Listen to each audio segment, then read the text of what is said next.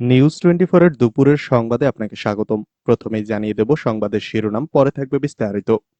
শুরুতেই জানাবো নৌকার ভোটার ছাড়া অন্যদের ভোট কেন্দ্রে না আসার হুমকি। এরপরে জানাবো ভারতের ত্রিপুরায় হামলার প্রতিবাদে হেফাজতের বিবৃতি। জানাবো ধামরাইয়ে আবারও রক্তক্ষয়ী সংঘর্ষ, নির্বাচনী ক্যাম্প ভাঙচুর, আহত ৩৫। এবং সবশেষে রয়েছে ছাত্রলীগের বিরোধের মূলে চাঁদাবাজি। পুরো খবর পেতে ভিডিওটি শেষ পর্যন্ত দেখুন। সর্বশেষ সংবাদ পেতে চ্যানেলটি সাবস্ক্রাইব করুন। এবার বিস্তারিত। নৌকার ভোটার ছাড়া অন্যদের ভোট কেন্দ্রে না আসার হুমকি। নৌকা প্রতীকের ভোটার ছাড়া অন্য কোনো প্রতীকের ভোটারদের ভোট কেন্দ্রে না আসার হুমকি দিয়েছেন নাটোর জেলা আওয়ামী লীগের যুব ও ক্রীড়া বিষয়ক সম্পাদক মাসুদুর রহমান মাসুদ। হুমকির এমন ঘটনায় উদ্বেগ প্রকাশ করেছেন প্রতিদ্বন্দ্বী প্রার্থীরা। গতকাল শনিবার রাতে নাটোর সদর উপজেলার তেবাড়িয়া ইউনিয়নের বাঙ্গাবাড়িয়া গ্রামে আওয়ামী লীগ দলীয় মনোনীত প্রার্থী ওমর আলীর প্রচারণা সভায় এসব বক্তব্য দেন মাসুদ। এ সময় তিনি বলেন, আগামী 11 নভেম্বর নৌকার বিরোধীরা ভোট কেন্দ্রে গিয়ে আওয়ামী লীগ সরকারের ভাবমূর্তি নষ্টের চেষ্টা করতে পারেন। এতে নাটোর সদরের সংসদ সদস্য শফিকুল ইসলাম শিমুলের ভাবমূর্তিও নষ্ট হতে পারে। তাই তাদের ভোট কেন্দ্রে যেতে দেওয়া হবে না। অতীতে যারা গণতন্ত্রকে হত্যা করেছে, যারা ভোটের অধিকার কেড়ে নিয়েছিল, তাদের আর ভোট দেওয়ার অধিকার নেই বাংলার মাটিতে। বাংলার মাটিতে ভোট তারাই দেবে যারা ভোট এবং ভাতের অধিকার নিশ্চিত করার জন্য প্রধানমন্ত্রী শেখ হাসিনার পাশে ছিল। মাসুদ বলেন, আপনাদের মাঝে আমি বলতে চাই, নাটোরে আমাদের প্রিয় নেতা শফিকুল ইসলাম শিমুল মেসেজ দিয়েছেন, নৌকার বিরোধীরা ভোট কেন্দ্রে যেতে পারবে না। ভোট দেওয়া তো দূরের কথা, ভোট কেন্দ্রের আশেপাশে যেতে পারবে না। ভারতের ত্রিপুরায় হামলার প্রতিবাদে হেফাজতের বিবৃতি। ভারতের ত্রিপুরা রাজ্যের সংখ্যালঘু মুসলিম সম্প্রদায়ের মসজিদে আগুন, নারীর শ্লীলতাহানি, বাড়িঘর ও দোকানপাট ভাঙচুরের ঘটনায় প্রতিবাদ জানিয়েছেন হেফাজতে ইসলাম বাংলাদেশের মহাসচিব নুরুল ইসলাম। রোববার রাতে গণমাধ্যমে পাঠানো এক বিবৃতিতে এ প্রতিবাদ জানানো হয়। বিবৃতিতে হেফাজত মহাসচিব বলেন, ভারতের ত্রিপুরা রাজ্যে উগ্রবাদীরা কয়েকদিন ধরে মুসলিমদের উপর লাগাতার হামলা ও নির্যাতন চালিয়ে যাচ্ছে। তাদের হামলা থেকে রক্ষা পাচ্ছে না পবিত্র মসজিদও। বিবৃতিতে বলা হয়, উগ্রবাদীরা গত কয়েকদিনে 16টি মসজিদে কমপক্ষে 27টি হামলা চালিয়েছে, 3টি মসজিদে আগুন দিয়েছে। এছাড়া তারা মুসলিমদের বাড়ি ও দোকান ভাঙচুর করেছে এবং মুসলিম নারীদের শ্লীলতাহানি করেছে। এত কিছুর পরও কট্টর হিন্দুত্ববাদী দল বিজেপি শাসিত ত্রিপুরা রাজ্যের প্রশাসন নিষ্ক্রিয় রয়েছে। একের পর এক হামলার ঘটনার পরও সংখ্যালঘু মুসলিমদের রক্ষায় চূড়ান্ত ব্যর্থতার পরিচয় দিয়েছে আইন শৃঙ্খলা রক্ষাকারী বাহিনীগুলো। বিবৃতিতে নুরুল ইসলাম বলেন, বাংলাদেশের সংখ্যালঘুদের উপর কোন রকম ছোটখাটো হামলা হলেও ভারতের রাজনীতিবিদ থেকে শুরু করে সরকার পর্যন্ত উঠে পড়ে লাগে। কিন্তু নিজ দেশে সংখ্যালঘুদের উপর এভাবে লাগাতার নির্যাতনের ঘটনা ঘটলেও এসব দমনে কোনো ভূমিকা রাখছে না। তিনি বলেন, ভারত সরকারকে অবিলম্বে মুসলিমদের উপর হামলার বিরুদ্ধে ব্যবস্থা গ্রহণ করতে হবে। হেফাজতের মহাসচিব জাতিসংঘ, ওআইসি সহ আন্তর্জাতিক সংস্থাগুলোকে ভারতের নির্যাতিত মুসলিম জনগোষ্ঠীর পক্ষে ব্যবস্থা নেওয়ার আহ্বান জানান। ধামরাইয়ে আবারও রক্তক্ষয়ী সংঘর্ষ, নির্বাচনী ক্যাম্প ভাঙচুর, আহত ৩৫। ঢাকার ধামরাইয়ে ইউনিয়ন পরিষদ নির্বাচনকে কেন্দ্র করে সোমভাগ, বালিয়া, রোয়াইল ইউনিয়নের পর শনিবার রাতে ও রোববার সকালে সুয়াপুর ও নান্নার ইউনিয়নে নৌকার কর্মী ও বিদ্রোহী প্রার্থীর সমর্থকদের মধ্যে কয়েক দফা ধাওয়া পাল্টা ধাওয়া ও সংঘর্ষের ঘটনা ঘটেছে। এ সময় বিদ্রোহী প্রার্থী হাফিজুর রহমান সোহরাব সহ উভয় পক্ষের ৩৫ জন আহত হয়েছেন। আহতদের উদ্ধার করে ধামরাই উপজেলা স্বাস্থ্য কমপ্লেক্স ও সাভার এনাম মেডিকেল কলেজ হাসপাতালে ভর্তি করা হয়েছে। শনিবার রাতেই সুয়াপুর বাজারে ও নান্নার ইউনিয়নের গোপালকৃষ্ণপুর এলাকায় নির্বাচন ক্যাম্পে ভাঙচুর করার খবর পাওয়া গেছে। এসব ঘটনায় এলাকায় চরম আতঙ্ক ও উত্তেজনা বিরাজ করছে। জানা গেছে, ধামরাইয়ের সুয়াপুর ইউনিয়নে নৌকার চেয়ারম্যান প্রার্থী মুক্তিযোদ্ধা কফিল উদ্দিনের সমর্থকরা শনিবার সুয়াপুর বাজারে ভোট চাইতে গেলে এই ইউনিয়নের বর্তমান চেয়ারম্যান, বিদ্রোহী প্রার্থী উপজেলা আওয়ামী লীগের সাংগঠনিক সম্পাদক হাফিজুর রহমান সোহরাব তার কর্মীদের নিয়ে অতর্কিতভাবে হামলা চালায়। এ সময় সুয়াপুর মোড়ের নৌকার নির্বাচনী ক্যাম্পও ভাঙচুর করা হয়। এক পর্যায়ে দুই পক্ষের মধ্যে ধাওয়া পাল্টা ধাওয়া ও সংঘর্ষ বেঁধে যায়। ছাত্রলীগের বিরোধের মূলে চাঁদাবাজি। চট্টগ্রাম মেডিকেল কলেজ ক্যাম্পাসে ছাত্রলীগের দুই পক্ষের বিরোধের মূলে রয়েছে হাসপাতাল এলাকায় ওষুধের দোকানে চাঁদাবাজি। এছাড়া রয়েছে হাসপাতালের বিভিন্ন ওয়ার্ডে দালাল ও অ্যাম্বুলেন্স ব্যবসার নিয়ন্ত্রণ। এজন্য দুই পক্ষই ক্যাম্পাস ও ছাত্রাবাসে আধিপত্য বিস্তারে বারবার মারামারিতে জড়ায়। ছাত্রলীগের বিভিন্ন পর্যায়ের নেতাকর্মী ও পুলিশের সঙ্গে কথা বলে এসব তথ্য জানা গেছে। বিএনপিকে মানুষ আর আওয়ামী লীগের বিকল্প ভাবতে পারছে না, মন্তব্য ওবায়দুল কাদেরের। বিএনপির সরকার বিরোধী আন্দোলন কথা সর্বস্ব ও ভার্চুয়াল বলে মন্তব্য করেছেন আওয়ামী লীগের সাধারণ সম্পাদক ওবায়দুল কাদের। তিনি বলেন, সরকার চায় শক্তিশালী ও দায়িত্বশীল বিরোধী দল, কিন্তু বিএনপি মিডিয়া ও সামাজিক যোগাযোগ মাধ্যমে ঝড় তুলতে চায়। এর সঙ্গে জনগণ ও রাজপথের কোনো সংযোগ নেই। ওবায়দুল কাদের রোববার সকালে তার বাসভবনে ব্রিফিংকালে এসব কথা বলেন। বিএনপির সমালোচনা করে আওয়ামী লীগের সাধারণ সম্পাদক বলেন, বিরোধী রাজনৈতিক দল হিসেবে জনগণের আশা আকাঙ্ক্ষার প্রতিফলন বিএনপির রাজনীতিতে নেই। তাদের নেই কোনো ইতিবাচক রাজনৈতিক কর্মসূচি। ভুল থেকে শিক্ষা নিতে না পারাই বিএনপির বড় ব্যর্থতার দাবি করে ওবায়দুল কাদের বলেন, ভুল থেকে শিক্ষা নেওয়ার সৎ সাহস আছে বলেই আওয়ামী লীগের জনপ্রিয়তার পাল্লা এখন অনেক ভারী। ক্ষমতার রাজনীতিতে বিএনপিকে মানুষ আওয়ামী লীগের বিকল্প ভাবতে পারছে না দাবি করেন ওবায়দুল কাদের। তিনি বলেন, বিএনপি নেতারা সর্বত্র নৈরাজ্য দেখতে পান, তারা দেশের ভালো কিছু দেখতে পান না। তারা সকালের স্নিগ্ধ আলোয় দেখেন সন্ধ্যার অন্ধকার। তারা এতটাই একচোখা যে গত এক যুগের বেশি সময় সরকারের একটা ভালো কাজও দেখতে পান না।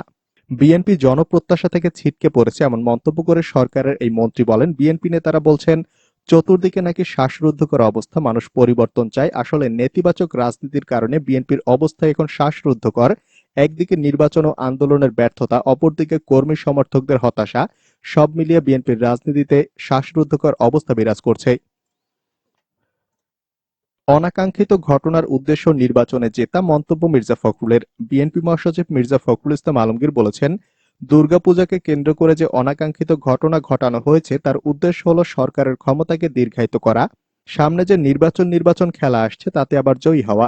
রবিবার দুপুরে ঢাকা রিপোর্টার্স ইউনিটির নসরুল হামিদ মিলনায়তনে নারী ও শিশু অধিকার ফোরাম আয়োজিত অসাম্প্রদায়িক বাংলাদেশ আজকের প্রেক্ষাপট ও আমাদের করণীয় শীর্ষক গোলটেবিল বৈঠকে বিএনপি মহাসচিব এসব কথা বলেন। মির্জা ফখরুল ইসলাম আলমগীর বলেন, আমি অত্যন্ত আশাবাদী, কারণ এই দেশের মানুষ কখনো ব্যর্থ হয়নি। তারা বারবার সংগ্রাম লড়াই করেছে, বারবার জয়ী হয়েছে। হয়তো কিছুদিনের জন্য আমরা পেছনে থাকতে পারি, কিন্তু কখনো আমরা পরাজিত হইনি। তিনি বলেন, দুর্গাপূজাকে কেন্দ্র করে যে অনাকাঙ্ক্ষিত ঘটনা ঘটানো হয়েছে তার উদ্দেশ্য হলো সরকারের ক্ষমতাকে দীর্ঘায়িত করা। সামনে যে নির্বাচন খেলা আসছে তাতে আবার জয়ী হওয়া। আমি আগেও অনেকবার বলেছি, এই ঘটনার মূল উদ্দেশ্য হলো এখানে বিএনপিকে আবার জড়িয়ে দিয়ে জনগণের যে আন্দোলন শুরু হয়েছে অধিকার আদায়ের জন্য, দ্রব্যমূল্য বৃদ্ধির প্রতিবাদে, নিরাপত্তার জন্য, সেই আন্দোলন থেকে দৃষ্টি ভিন্ন দিকে ফেরানো। পরীমনির রিমান্ড, দুই বিচারক নিঃশর্ত ক্ষমা চাইলেন। মাদকদ্রব্য নিয়ন্ত্রণ আইনের মামলায় চিত্রনায়িকা পরীমনির দ্বিতীয় ও তৃতীয় দফায় রিমান্ড মঞ্জুর বিষয়ে ঢাকার দুই মেট্রোপলিটন ম্যাজিস্ট্রেট নিঃশর্ত ক্ষমা চেয়েছেন। ভবিষ্যতে রিমান্ড মঞ্জুরের ক্ষেত্রে তারা সতর্ক থাকবেন বলে অঙ্গীকার করেছেন। রোববার বেলা ৩টার পরপর বিচারপতি মোস্তফা জামান ইসলাম ও বিচারপতি এস এম আব্দুল মবিনের সমন্বয়ে গঠিত হাইকোর্ট বেঞ্চে দুই ম্যাজিস্ট্রেট আইনজীবী ইতিপূর্বে দেওয়া লিখিত ব্যাখ্যা পড়ে শোনান। আদালত শুনানি নিয়ে আগামী ২৫ নভেম্বর রায় ঘোষণার তারিখ রেখেছেন। পাশাপাশি মামলার তদন্ত কর্মকর্তাকে ব্যক্তিগত হাজিরা থেকে অব্যাহতি দিয়েছেন। দুই বিচারকের পক্ষে শুনানি করেন আইনজীবী আব্দুল আলিম মিয়া জুয়েল, আইন ও সালিশ কেন্দ্রের পক্ষে জেডাই খান পান্না, পরীমনির পক্ষে মজিবুর রহমান ও রাষ্ট্রপক্ষে ছিলেন এ এম আমিন ও সহকারী অ্যাটর্নি জেনারেল মিজানুর রহমান। পরে মিজানুর রহমান প্রথম আলোকে বলেন, তদন্ত কর্মকর্তা নিঃশর্ত ক্ষমা চেয়েছেন, ভবিষ্যতে রিমান্ড আবেদনের সময় সতর্ক থাকবেন বলে জানিয়েছেন।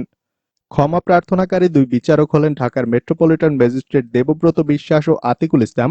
দেবব্রত বিশ্বাস দ্বিতীয় দফায় পরীমনির ২ দিন এবং আতিকুল ইসলাম তৃতীয় দফায় ১ দিন রিমান্ড মঞ্জুর করেছিলেন। এ মামলার তদন্ত কর্মকর্তা কাজী গোলাম মোস্তফা। দোয়া মাহফিলেও পুলিশের হানা, আটক বিএনপির নেতাকর্মী। রাজধানীর নাখালপাড়া এলাকায় নিখোঁজ বিএনপির নেতা সাজেদুল ইসলাম সুমনের বাসা থেকে দলটির একাধিক নেতাকর্মীকে আটক করেছে পুলিশ। আজ রোববার দুপুরে এ ঘটনা ঘটে। বিএনপির নেতারা বলছেন, সুমনের মা দীর্ঘদিন অসুস্থ হয়ে হাসপাতালে ভর্তি ছিলেন। হাসপাতাল থেকে বাসায় ফেরার পর দোয়া মাহফিলের আয়োজন করা হয়, সেখানে নেতাকর্মীদের আটক করেছে পুলিশ। তবে পুলিশের দাবি, গোপন বৈঠক থেকে তাদের আটক করে থানায় জিজ্ঞাসাবাদ করা হচ্ছে। জিজ্ঞাসাবাদ শেষে পরবর্তী আইনি পদক্ষেপ নেওয়া হবে। নিখোঁজ সুমনের ছোট বোন সানজিদা ইসলাম প্রথম আলোকে বলেন, আমার অসুস্থ মাকে দেখতে এসেছিলেন বিএনপির নেতাকর্মীরা। বাসায় দোয়া মাহফিল চলছিল, হঠাৎ পুলিশ আমাদের বাড়ি ঘিরে ফেলে অন্তত ২০ জন নেতাকর্মীকে আটক করে নিয়ে গেছে। এ সময় ঢাকা মহানগর উত্তর বিএনপির আহ্বায়ক আমানুল্লাহ আমান ও সদস্য সচিব আমিনুল হক আমাদের বাসায় ছিলেন। নথি গায়েব, স্বাস্থ্যের ৬ কর্মচারীকে নিয়ে গেছে সিআইডি। স্বাস্থ্য ও পরিবার কল্যাণ মন্ত্রণালয়ের স্বাস্থ্য শিক্ষা বিভাগের ১৭টি নথি খোয়া যাওয়ার ঘটনায় বিভাগটির তৃতীয় ও চতুর্থ শ্রেণীর ৬ কর্মচারীকে জিজ্ঞাসাবাদের জন্য নিয়ে গেছে সিআইডি। রোববার দুপুর ১২টার দিকে সচিবালয় থেকে তাদের নিয়ে যাওয়া হয়। সিআইডির অতিরিক্ত পুলিশ সুপার আজাদ রহমান যুগান্তরকে জানান, কাউকে আটক করা হয়নি। জিজ্ঞাসাবাদের জন্য ৬ জনকে আনা হয়েছে। জিজ্ঞাসাবাদ শেষে পরবর্তী পদক্ষেপ নেওয়া হবে। এর আগে গত বৃহস্পতিবার নথি গায়েবের ঘটনায় স্বাস্থ্য মন্ত্রণালয়ের উপসচিব নাদিরা হায়দার বাদী হয়ে শাহবাগ থানায় একটি সাধারণ ডায়েরি করেন। কিন্তু শুক্র ও শনিবার সরকারি ছুটি থাকায় তদন্ত করা সম্ভব হয়নি, তাই আজ রোববার নথি গায়েবের ঘটনায় সচিবালয়ের তদন্ত শুরু করে সিআইডির ক্রাইম সিনের সদস্যরা। এদিকে ইসলামী আন্দোলনের প্রার্থীর উপর হামলা, নির্বাচনী ক্যাম্প ভাঙচুর। নারায়ণগঞ্জ সদর উপজেলার কাশীপুর ইউনিয়ন পরিষদ নির্বাচনে ইসলামী আন্দোলন বাংলাদেশের চেয়ারম্যান পদপ্রার্থী ওমর ফারুকের উপর আওয়ামী লীগ প্রার্থীর লোকজন হামলা চালিয়েছেন বলে অভিযোগ উঠেছে। এ সময় তার নির্বাচনী ক্যাম্পও ভাঙচুর করা হয়। গতকাল শনিবার রাত 10টার দিকে ভোলাইল গোদ্দারবাজার এলাকায় এ ঘটনা ঘটে। ঘটনার প্রতিবাদে রাত 12:30টার দিকে ওমর ফারুকের সমর্থকেরা ফতুল্লা মডেল থানা ঘেরাও করে বিক্ষোভ করেন। আগামী 11 নভেম্বর এ ইউপিতে নির্বাচন অনুষ্ঠিত হবে, এলাকাবাসী জানান। এ ইউনিয়নে আওয়ামী লীগের পদপ্রার্থী বর্তমান চেয়ারম্যান সাইফুল্লাহ বাদল। সাইফুল্লাহ ফতুল্লা থানা আওয়ামী লীগের সভাপতি। এর আগে ইউপি নির্বাচনে তিনি বিনা প্রতিদ্বন্দ্বিতায় নির্বাচিত হন। এবার তার বিপক্ষে শুধু মাঠে আছেন হাতপাখা প্রতীকের পদপ্রার্থী ওমর ফারুক। মহানগর ইসলামী আন্দোলনের সাবেক সভাপতি মুফতি মাসুম বিল্লাহ জানান, নৌকা প্রতীকের প্রার্থীর নেতৃত্বে অর্ধশতাধিক লোকজন তাদের নির্বাচনী ক্যাম্পে হামলা ও ভাঙচুর চালিয়েছেন। এ সময় ওমর ফারুককে এলোপাতাড়ি মারধর করা হয়, এতে তার মাথা ফেটে যায়। এমনকি ওমর ফারুক যাতে নির্বাচনী প্রচারণা চালাতে না পারে সেজন্য তাকে নানাভাবে হুমকি ও চাপ দেওয়া হচ্ছে। ঘটনার সঙ্গে জড়িত ব্যক্তিদের গ্রেফতার ও দৃষ্টান্তমূলক শাস্তির দাবি জানান তিনি।